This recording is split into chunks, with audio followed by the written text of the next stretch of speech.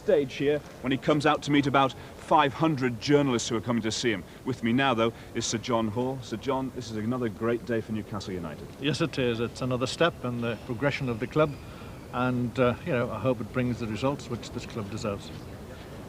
About 1,000 people out there already at the back to see him come out.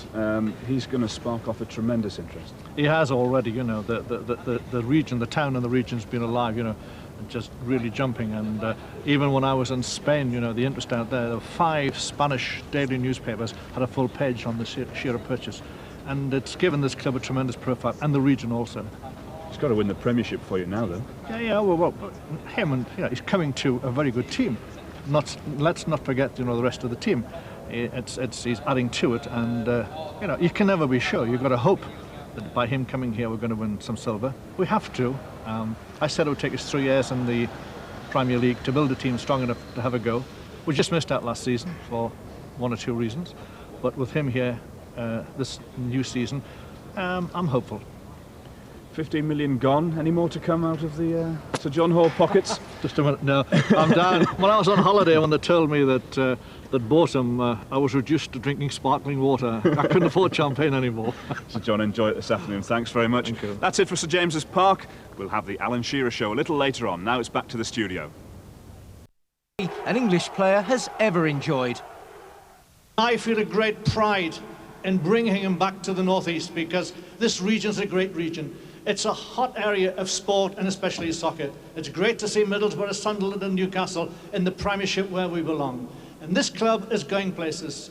Alan Shearer, together with all the other players, is an investment in the future of this club.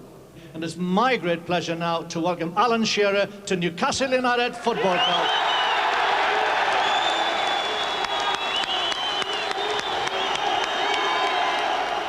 An army of reporters were joined by 1,500 Newcastle brewery workers at the impressively staged press conference. They'd really been waiting to hear him since Monday. As everyone knows, I've always wanted to play for the club, and I think the way things are going with the Bosman ruling, I've always said I wanted to play for Newcastle at some stage, and I think if I went elsewhere, I would have had the best years of my career behind me, and I want to play for Newcastle with the best years in front of me. It's lovely to see a Geordie come back home. We've sold them off time and time again up here. We've built stands with the money, people have said, and we've tried to buy other players to replace them very quickly. That's gone at this club now. He's come here because he knows he's got a great chance of winning something. And we've bought him because we know, even with the great players we've got, that this guy on my right is going to improve them. Euro 96 proved Alan Shearer is every inch the modern striker, but a traditional Newcastle number 9. And of course he'll wear the magic number thanks to Ferdinand. Well, if the truth be told, I'll play in any number for Newcastle. If it meant me playing in 29, then I would have. I mentioned it to the manager, and the manager mentioned it to Les, and Les has been very kind in giving it to me. Yeah? But I think the number 9 at Newcastle is something special, something that I've, as I've said, always wanted to do, and now I've got the chance to do that. It's a dream come true. Nobody could have held centre stage more coolly. £15 million won't rattle this man. I don't believe it's pressure. I mean, if pressure is going out and enjoying yourself and being sung by 30 or 40,000 fans, and as I said, I can only go out and do my best, give 110%. If that's good enough, then great. If it's not, then I'll hold my hands up and say, well, I tried my best. But it doesn't bother me. If that's pressure, then give me more of it. For Magpies fans, today has been a time for celebration. Thousands of them made their way to St James's Park to meet their new hero face to face. And forming the biggest media circus anyone can remember on Tyneside, reporters from around the world were there to record the moment when Alan Shearer, the £15 million man, met the Toon Army for the first time. They came in their thousands. From early in the morning, Newcastle United fans began gathering at St James's Park, eager for a glimpse of their new hero. It is a special occasion. We've got a Geordie boy coming back, and that's the way Newcastle should be, full of Geordie boys. It's the biggest thing in football, you know. There's never been anything like this in history. Brilliant, isn't he? He is brilliant, I mean, well, we'll soon find out when he starts playing first of all what he's like, Go on there, Shearer!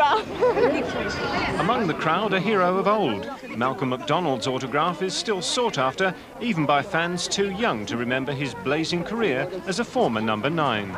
It's the most incredible atmosphere, and I hope that he appreciates it. You know, it can appear to be a pressure, but they're wonderful people here in the northeast, and well, he's a Geordie lad himself, so I'm sure that he understands exactly what he's got coming ahead of him. But what he's got to do is just go and enjoy it. The world's press, radio and television also descended on the ground in their hundreds.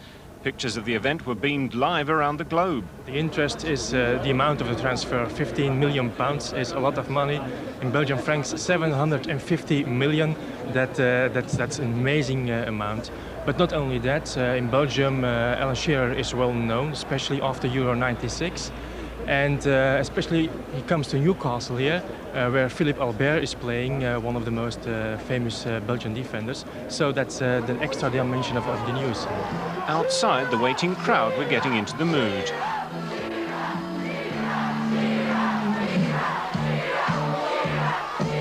While inside, the man they all wanted to meet was preparing himself for the welcome of a lifetime.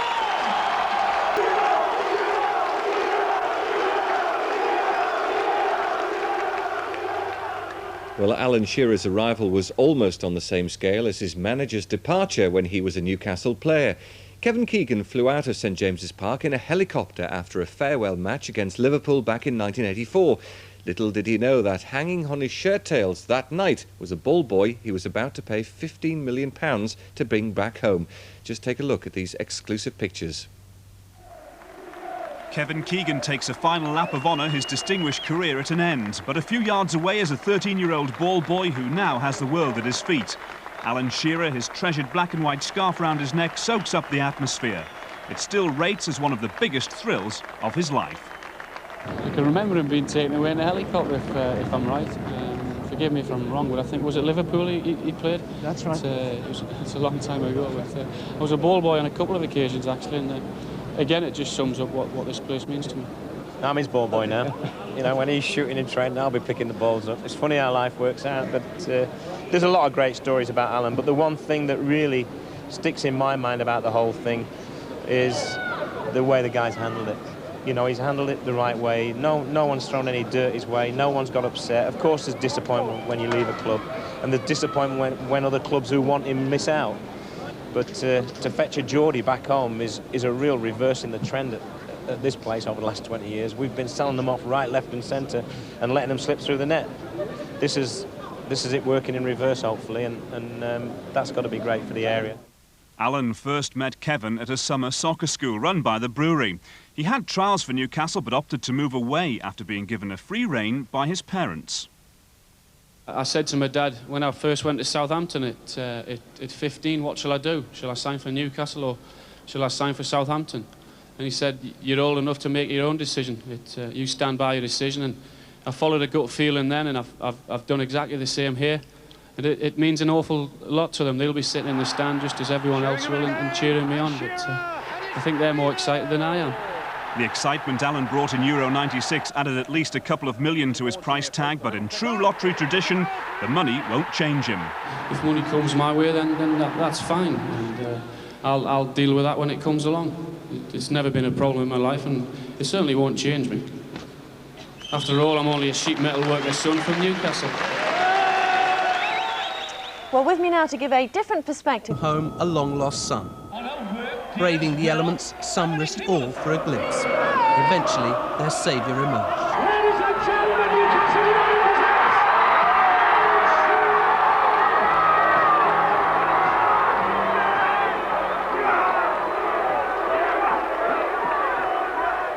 The excitement of the fans outside was almost matched by those lucky enough to be inside. The world's media were waiting for the world's most expensive footballer. Flanked by chairman and manager, he explained why he came home. I've always said I wanted to play for Newcastle at some stage, and I think if I went elsewhere, I would have had the best years of my career behind me, and I want to play for Newcastle with the best years in front of me. It's his day, it's your day, and it's lovely to see a Geordie come back home. The fans took their cue, and a song from the summer was adapted for the occasion. This has to be one of the most celebrated homecomings in the history of British football. At £15 million, he isn't cheap, but both club and fans feel he's worth it. We've waited for this for a long time. It's just absolutely brilliant. We'll take Newcastle all the way. They begin that quest next Sunday in the Charity Shield against Manchester United, the club whose money wasn't good enough. Now, Newcastle want to stay... Job is to kick a ball into a net. But try telling that to the thousands who turned up to witness the historic event. Our sports reporter Steve Sutton, who had one of the shortest journeys to the ground, is still at St James's Park. Well, thanks, Carol. It seems hard to believe that now that the dust has settled, just a few short hours ago, the £15 million man, Alan Shearer, walked into St James's Park, pledged his future to Newcastle United, and then met thousands of his adoring fans. Despite everything that's happened to him so far in his career, the son of a Geordie sheet metal worker admitted the welcome had quite taken his breath away. Ladies and gentlemen, Newcastle United presents Alan Shearer! It was the moment the waiting around in the rain for hours became completely worthwhile. Tyneside's new footballing hero acknowledging the cheers of his new army of fans. He'd supported Newcastle as a lad, always knew he'd play for them one day. Now he was back home.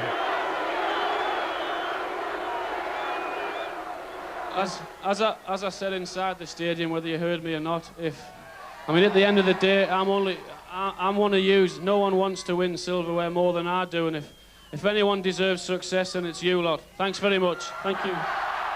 Before all that, inside the ground, Shearer appeared in front of the world's press and media.